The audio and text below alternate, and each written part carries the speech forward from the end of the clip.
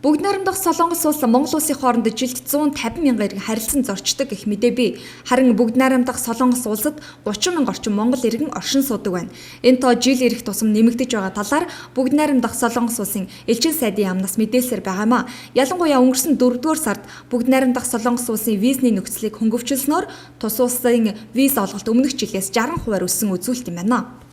За элчин сайдаар ажиллаж байх хугацаанд бол хамгийн их хүмүүсээ сонсож байсан зүйл бол визний асуудал юм аа. Тэгээд визний нөхцөлийг хөнгөвчлөх талаар арга хэмжээг бол нэлээд олбогдоо авсан.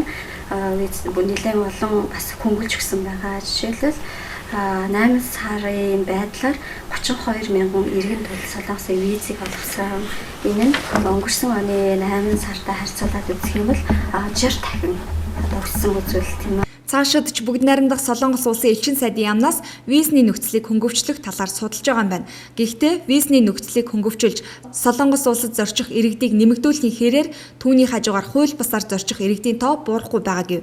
Ер нь визний нөхцөлийг хөнгөвчлөхийн хажуугаар бүгд найрамдах Солонгос улсын элчин сайдын яам Монголын гадаад хэргийн яамны зүгээс хууль бусаар зорчих асуудалд ихээхэн анхаарал хандуулах шаардлага тулгарсныг онцолсон юм а. Тэгээд визний нөхцөлийг хөнгөвчлөхтэй холбогдуулаад Солонгост хууль бусаар амьдрах энэ иргэдийн тоо бол нэмэгдэж байгаа. Тийм болохоор хэрвээ энэ хууль бусаар амьдрах оршин суугчдаа нэмэгдэх юм бол одоо хоёр улсын хооронд энэ бол нэлээд харилцаанд бол татвар болж өгч байгаа. Хамгийн сүүлдэл гэхэд 4-р сард визний нөхцөлийг хөнгөвчлөх журмыг хэрэгжүүлжээ. Үүнээс хойш 8-р сард гэхэд тус улсын виз олголт 60% өссөн үзүүлэлт гарсныг онцолсон юм. Цаашид ч визний нөхцөлийг хөнгөвчлөх талаар шат дараалан арга хэмжээ авахар судалж байгаа гэдгийг ч хэлсэн юм.